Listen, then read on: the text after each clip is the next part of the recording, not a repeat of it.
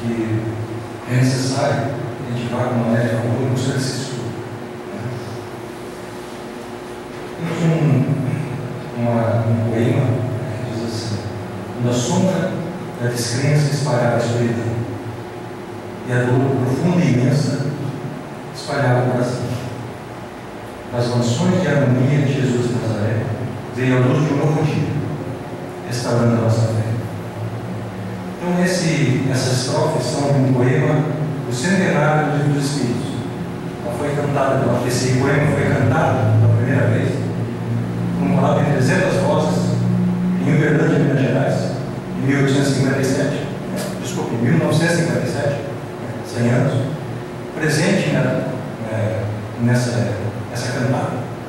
Estavam Chico, com seus 47 anos, e Divaldo, com 30 anos. Então, é bem interessante de ter esse conhecimento. E a gente veio trazer algumas reflexões sobre a trajetória de Kardec. Como é que ele chegou nesse apanhado? Será que ele, como codificador, será que foi só dessa? Porque a gente conhece muito a vida dele como professor de política. Será que foi disso que ele, só dessa vivência, que ele foi preparado para ser codificador da doutrina? A gente tem esse questionamento. A gente vai falar, mas nessa vivência ele já foi um professor um tempo todo, com certeza foi dessa. E a gente vai aqui provar para vocês que não é por acaso que a gente está aqui, e não foi por acaso que Kardec codificou a doutrina para nós. E essa preparação vem de muito tempo, e não é pouco tempo não. A gente vai fazer uma viagem, vamos lá para o ano 1291 a.C. Nós estamos na 19ª dinastia do Egito. Moisés está na terra, tentando livrar o povo do jugo, Estão caminhando pelo deserto. Lá nós vamos encontrar o sacerdote Amenófis, detentor de uma sabedoria que ele colocava como sacerdote preferido de Faraó Ramsés II. Então nós encontramos Amenófis lá no Egito como o sacerdote preferido de Ramsés II. Conta a história que esse sacerdote possuía uma mediunidade de materialização, tem toda uma linha muito interessante lá dele, já perante, tanto que ele era o preferido do faraó. Ele era mesmo de efeitos físicos, inclusive materializações. Então veja, a gente está lá em 1291 a.C. E daí vem lá o J.W. Rochester, uma edição da FEB, no livro Faraó que é Nefertari, e ele nos diz que Amenófis foi a Kardec. Então vejam, uma primeira vivência dele é somente uma passagem, porque esse livro ele conta uma história de outra personalidade, mas é bem interessante a gente ver, e ele fala claramente uma edição da FEB. A gente vai falar de algumas vidas de Kardec aqui, e todas elas embasadas em edições da FEB, da Federação Espírita Brasileira. Aqui tem várias teses de vivência de Kardec, mas a gente vai se embasar nelas só. Ok? Essa é uma delas, Agora a gente anda um pouquinho mais do tempo. Nós estamos no ano 58 a.C. E daí a gente vai encontrar uma que é bem famosa dele, como sacerdote druida da civilização celta. Veja que os druidas eles tinham uma questão sobre o respeito à vida e à natureza, que era um ideal de um druida. Então veja que tem muito a ver com o que a gente prega, com o que a gente traz do Espiritismo hoje.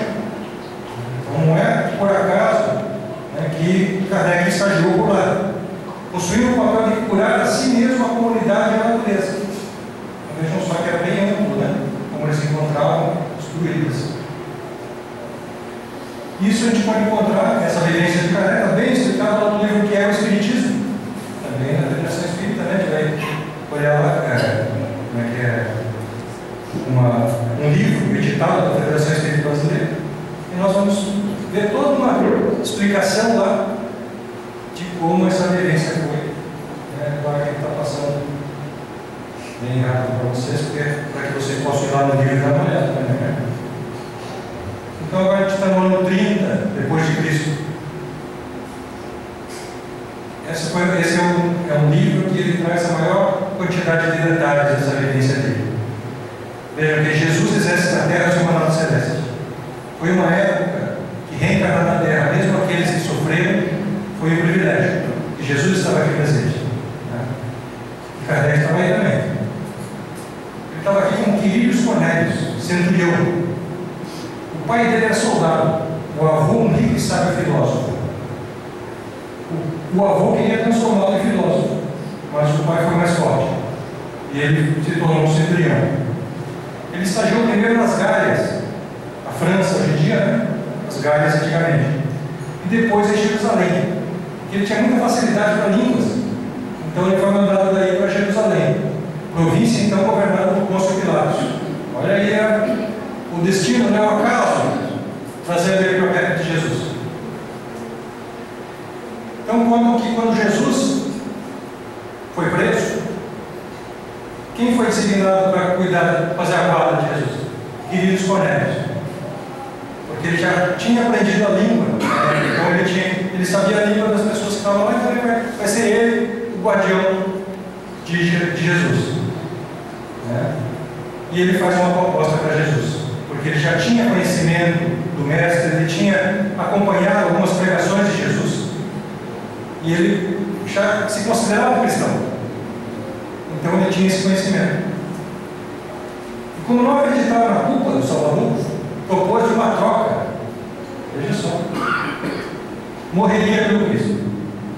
Ele se propôs, como ele era o único guardião do Cristo, ele se propôs: não, coloca a minha farda e foge, eu fico no teu lugar. Não vão saber. Né? Só que houve uma recusa do momento, né? Por isso não aceitou a proposta dele. Segundo o livro, o diálogo ocorreu mais ou menos assim: agradeço-te e muito aprecio teu devotamento, mas não posso aceitar. Consciência da própria sorte, ele tinha, mas reconhecimento do sacrifício da oferta. Então Jesus tinha uma consciência de que ele tinha que passar por aquilo, para que nós tivéssemos esse exemplo. Ao mesmo tempo, ele tinha reconhecimento do sacrifício que Cornélio estava querendo se impor, se oferecendo para ficar no lugar dele. E olha só o que ele fala aqui: pois tu has de morrer por mim, estou a ver as chamas da fogueira que te espera. Então, olha, isso é uma... Jesus olhando lá na frente, né? Vocês vão entender essa chama da fogueira aqui. E onde que está a prova da identidade dele? Cornélio seria Kardec. Tu mesmo, tu valoroso centurião, que não há muito fostes Allan Kardec, tu que na última encarnação te demonstraste a fundação de uma doutrina que esclarece e consola a humanidade, quanto de sabores não amargastes. Então existe um diálogo dentro desse livro aqui, Herculano, J.W. Rochester, também edição da Fébia. Então a gente vê que tem todo um embasamento, e vai trazendo aos poucos, basta que a gente vá, a Nelly já convidou, vai estudar, para que a gente possa pescar essas dicas, para entender, não que a gente tenha que saber isso, mas para saber que não foi por acaso que ele chegou ao codificador da doutrina, passou por vários estágios, assim como todos nós passamos na nossa vida. Não é por acaso que a gente está aqui, não é por acaso que a gente mora em Paranaguá, hoje eu estou em Curitiba, mas muito tempo em Paranaguá, Paranaguá de nascimento, né? Não tem como tirar isso. E a gente sabe que cada um está no seu momento, cada um está no seu lugar. E aqui está bem claro, né? Kardec sendo preparado para trazer essa doutrina para nós. E agora a gente vem vamos um pouquinho mais perto agora, né? Do ano 1369 a 1415. Jan Hus, reformador tcheco, filho de camponeses. Então ele foi um grande reformador da igreja.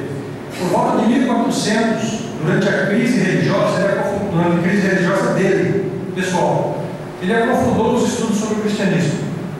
Ele foi um grande reformador, pregador da capela de Belém, em Braga, capital da Boêmia. Ele é muito famoso, se for procurar João Hus, bem famoso, né? Nascido em Rusinec, por isso o nome dele é Jan Hus.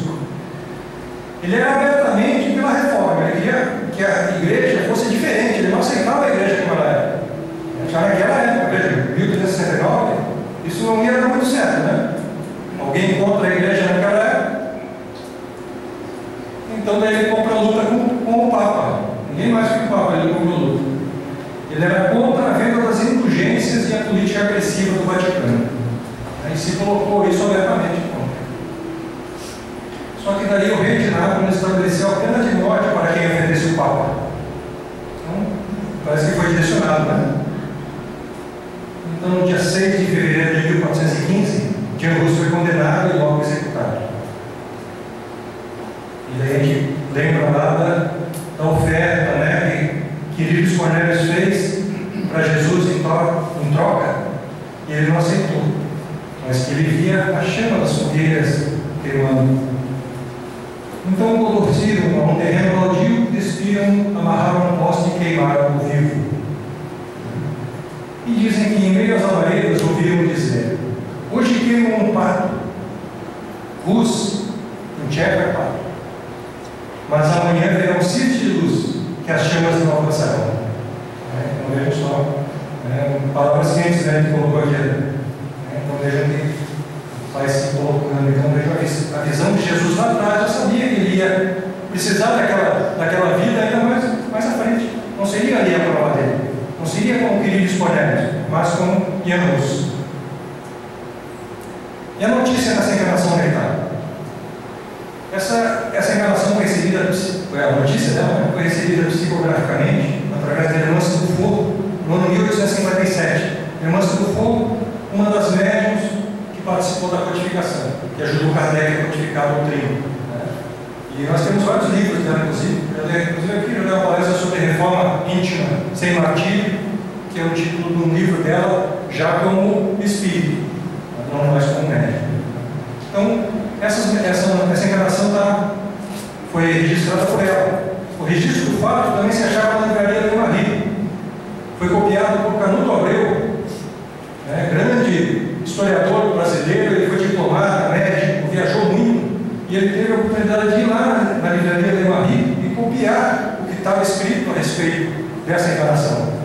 Por sorte, porque essa livraria, toda parte lá na França, foi invadida pelos nazistas e os originais foram destruídos. Nada diferente do que está vendo hoje em dia aí, com o pessoal queimando e quebrando lá no Estado Islâmico, quebrando tudo. Já ocorreu mais lá atrás, né?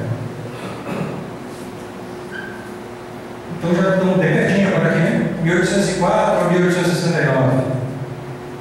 E agora a gente vai pedir até desculpa aos professores de história aqui, porque eu não sou historiador, eu somente estudei em cima dos livros. Então, se tiver alguma coisa errada, eu coloco até à disposição para que a gente altere isso, depois da palestra, para que não fique tão envergonhado de ter errado na história. A gente vai falar um pouquinho do iluminismo. Então, depois da Idade Média, que se atrofiou o estado crítico, espírito crítico, o mundo começou a assistir a chamada Revolução Intelectual, em que o iluminismo foi o ponto de destaque. A gente está colocando isso para a gente ver como foi preparado o terreno, como o Espiritismo veio, como a codificação veio no momento correto. Era para ser naquele momento. Então, sabia que ia ocorrer toda essa revolução e teria que vir essa mensagem, daí estaria pronta para ser recebida pela gente. Então, o iluminismo é um movimento iniciado por René Descartes, enfatizado na Inglaterra pelos trabalhos de Isaac Newton e John Locke. O apogeu do iluminismo ocorreu na França com as obras de Voltaire e dos enciclopedistas. A gente já consultou o Bruno Desconte e lembra um pouquinho disso. Voltaire, campeão da liberdade individual, que tem essa frase aqui dele toda parte, não concordo com uma única palavra que dizer, mas defenderei até a morte o vosso direito de dizê-la. Interessante, então eu não posso não concordar, mas eu defendo o que se diz. Vejam, foi nessa época que ocorreu o parlamentarismo na Inglaterra, a independência dos Estados Unidos, a Revolução Francesa, consolidaram os preceitos de liberdade que o mundo necessitava. Não está preparando todo o ambiente? Não dá para perceber o ambiente todo sendo preparado? E é isso que ocorreu, O campo estava preparado. Veja que daí a gente já começa então um pouquinho da doutrina. Franz Mesmer lança a teoria do magnetismo animal. Ele afirmava existir um fluido que interpenetrava tudo, dando às pessoas propriedades análogas àquelas do ímã. Vejam só, a gente já está começando a estudar o magnetismo. Em 1787, o Marquês de Sergi, meu francês está ótimo, né? Descobre o sonambulismo. Em 1841, Braille descobre o hipnotismo. Charcot estuda metodicamente. Liebot aplica a clínica e Freud utiliza a psicanálise. Então, acho que uma coisa vai se encadeando a outra e a gente vai tendo um momento, chega, o campo preparado. E a gente chega a 3 de outubro de 1804. Napoleão Bonaparte, 2 meses antes, era consagrado imperador dos franceses, né? Nesse dia nasce na terra Hippolyte de Homens-Arrivai. Ele vai estudar na escola de Pestalozzi, na Suíça, em Liévin, na Suíça. Durante 30 anos, de 1824 a 1854, ele dedicou-se inteiramente ao ensino e foi autor de várias obras didáticas, em que muito contribuíram para o progresso da educação naquela época. Então foi um professor nato, desde o início. Só que daí a gente começa a chegar agora no Espiritismo, né? 1855. Olha as vezes a gerência aí. Então ele é convidado a participar de uma sessão de mesas gigantes. E ele é bem cético, eu não acredito nisso. Até que me provem que as mesas têm cérebro, eu não vou acreditar nisso. Mas ele era cético, mas resolveu estudar assim. Então, cuidadosamente pesquisa os fenômenos, não elabora qualquer teoria pré-concebida, mas insiste na descoberta das causas. Ele assiste, não tem algo mais além disso, e ele vai em busca das causas. Ele aplica o método experimental, partindo dos efeitos, remonta as causas. Ele vai através de experiências, realmente.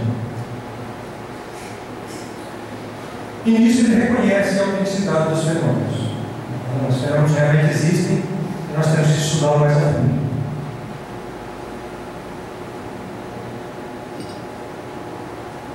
Vamos alguém. Todo mundo se esfregando de calor. Deixa eu tomar água, vocês não podem? Por isso podem, eu não vou levantar todos ao mesmo tempo. Vejam, eu achei bem interessante trouxe para dar uma olhada aqui, evocando Sócrates. Então, certa feita, Kardec, ou professor de política, quebrando o hábito, indagou se era possível evocar o espírito de Sócrates. Veja a resposta. Recebeu a seguinte resposta: sim, Sócrates já tem assistido a alguns de nossos colóquios, pois você o consulta a miúde mentalmente. Isso foi registrado por Fernando Abreu, em 1992. E Kardec confidencia que ele ficou abalado realmente quando recebeu isso aqui, porque várias vezes ele havia pensado em Sócrates e pensado como Sócrates desvendaria esse tipo de coisa. E na realidade ele estava sendo assistido por Sócrates. Então vejam só. Comunicação de Zéfiro. Zéfiro, o espírito que sempre auxiliou o professor Hippolyte, o Allan Kardec, a gente vai entender daqui a pouco por que mudou o nome. Uma noite de seu espírito, Zéfiro, deu-lhe uma comunicação toda pessoal. Dizia tê-lo conhecido em precedente existência no tempo dos druidas, que viviam juntos nas galhas, e ele se chamava então Allan Kardec. Prometia-lhe auxiliá-lo na tarefa muito importante, a que ele era chamado e que facilmente levaria a termo. Até que ele fez facilmente aqui, eu acho que Zéfiro aqui foi bem, ele brincou com esse facilmente, né? O cara foi lá, sacerdote lá no Egito, centurião, queimado vivo, e facilmente ele vai levar o termo, com certeza, né? Depois de passar por tudo isso, não é? Então daí nós chegamos ao Livro dos Espíritos, que ontem fez seu aniversário. A primeira edição foi em formato grande, 176 páginas de texto, e apresentava o assunto distribuído em 2 colunas. Eram somente 501 perguntas, e respectivas respostas. Estavam contidas as 3 partes em que se dividia a obra: doutrina espírita, leis morais, esperanças e consolações. Não é diferente do que tem hoje, somente ela estava mais condensada em 501, tanto que foi revista, né? A segunda edição veio lá em 1860, 18 de março. Veja que foi feita uma revisão por Kardec por aqueles espíritos que o acompanhavam. Os princípios não sofreram alterações, salvo pequenas exceções, que são antes complementos e esclarecimentos e verdadeiras modificações. Então, houve somente complementos. Na realidade, foi ajeitado a coisa. Tinha 500 questões, a gente passou 1000 e poucas, né? 1019 questões. Vocês poderiam imaginar, mas eu tenho uma edição marcada que tem 1018. Esse problema só ocorreu no Brasil. Tem uma questão lá, se não me engano, 1111. 1011, que foi pulada.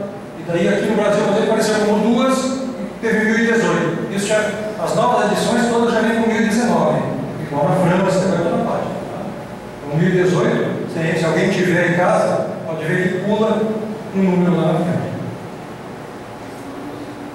A censura. Será que o Espiritismo recebeu censura por trazer esse livro? Em setembro de 1861, o senhor Lachef encomendou de Barcelona 300 volumes de obras espíritas, dentre das quais o Livro dos Espíritos. Ao chegarem, os livros foram apreendidos pelo bispo local, num episódio que ficou conhecido como o Auto de Fé de Barcelona. O que ocorreu nesses livros aí? Os livros foram condenados à destruição pelo fogo, em sentença executada em 9 de outubro de 61. Essa data marca a intolerância religiosa reagindo contra a divulgação da doutrina espírita. Foi uma data, mas os livros queimados em praça pública em Barcelona. No dia 1º de maio de 1864, a Igreja Católica incluiu a obra no Index de Glória Prohibitório. Vejam que esse index era uma lista de livros proibidos pela Igreja. Vejam só. Que os católicos não poderiam ler. Esse index ele vigorou quase 400 anos, 1559 a 1966. E nele integrava 4.000 títulos como referente. A gente não podia ler quase nada, né? Então, só que hoje ainda existe alguma coisa. Ainda existe aquele livro que não pode ser muito lido. Só não tem mais o index. E a repercussão? Será que essa queima desses livros repercutiu alguma coisa? Bastante, né? A gente viu o que Kardec coloca aqui. Graças a esse zelo imprudente, todo mundo em Espanha vai ouvir falar do Espiritismo e quererá saber o que é. É tudo o que desejamos. Podem queimar os livros, mas não se queimam as ideias. As chamas das fogueiras nos suprecipam em lugar de abafá-las. Vejam só, o pensamento já lá na frente. Ele percebeu que quando prenderam os livros para botar na fogueira, era uma coisa boa para o Espiritismo. Porque aquilo, na realidade, foi uma chama de divulgação para toda a doutrina. Todo mundo que estava na Espanha quis ler o livro. E teve aquele boom. E vejam como ele tinha conhecimento que a obra não era dele também. Olha o que ele fala. Essa obra não é uma doutrina pessoal. É o resultado do ensino direto dos próprios Espíritos sobre os mistérios do mundo, onde estaremos um dia, e sobre todas as questões que interessam a humanidade. Eles nos dão de algum modo, um código de vida, traçando-nos a rota da felicidade por vindoura. Allan Kardec está lá na Revista Espírita, 1858. A Revista Espírita também foi toda editada no período de Kardec, ela existe até hoje, né? Mas só que na época de Kardec era o próprio Kardec que editava, que corrigia, que redigia. É motivo que hoje em dia a febre ela encadernou, né? Esses livros tem, eu não sei se aqui na casa tem, mas a gente tem na federação e tudo. Todas essas revistas encadernadas, e é um objeto de estudo que deve ser feito. Então a gente tem essa trajetória. Amenófis, o sacerdote, a iniciação. Allan Kardec, druida, né? A sabedoria. Quirios Cornélios, o centurião, o amor. Jan Hus, Marte, o testemunho. Hipólite de Ondesai, codificador da lição. Então a gente pode dizer que existe acaso nessa nossa vida? se a gente consegue visualizar essas encarnações, veja, a gente não está aqui afirmando que não houveram encarnações intercaladas daquele Kardec, mas a gente tentou trazer para vocês aquelas que estão provadas em livros aceitos, editados pela fé. Então todas essas vidas estão documentadas, é só a gente buscar nessa bibliografia que daqui a pouco vocês vão ver. Então basta que a gente comece a querer se interessar por essa obra e que a gente não está aqui por acaso, ter certeza que o acaso não existe. A gente deve buscar esse conhecimento. É essa a nossa. A gente fica feliz em ver a casa cheia, alegre, porque isso denota que o momento é esse, dessa busca. Todo mundo está querendo. Quando a gente faz esse movimento em grupo, fica mais fácil. Então a gente deve começar a buscar realmente essa luz, essa luz do novo dia. Bezerra de Menezes, por intermédio de Chico Xavier, nos chama a atenção para uma necessidade urgente: estudar Kardec, conhecer Kardec para viver Jesus. Então a gente precisa realmente que isso ocorra não somente de fora, mas de dentro para fora. Cansei tanto, que até a perna está levando. Então a gente precisa que esse conhecimento faça parte da gente, venha de dentro realmente. Não adianta eu ter esse brilho espírita por fora. Hoje em dia está na moda, antigamente não era, antigamente a gente era queimado nas fogueiras, hoje em dia já está na moda ser espírito, mas tem que estar dentro da gente. Não adianta de ir pela moda, nós temos que saber alterar o nosso comportamento. A gente está aí vendo o exemplo de Kardec, que não foi fácil para ele chegar de onde chegou. Por isso que Zé falou que ele desempenharia facilmente, o pé amarrado nas costas. Depois de tudo que passou, a gente consegue. Então basta que a gente consiga, comece a trabalhar isso na gente. Quando a sombra da descrença espalhar a escuridão e a dor profunda, imensa, abafa a voz. Das mansões de harmonia de Jesus de Nazaré veio a luz de um novo dia, restaurando a nossa vida. Muito obrigado a todos.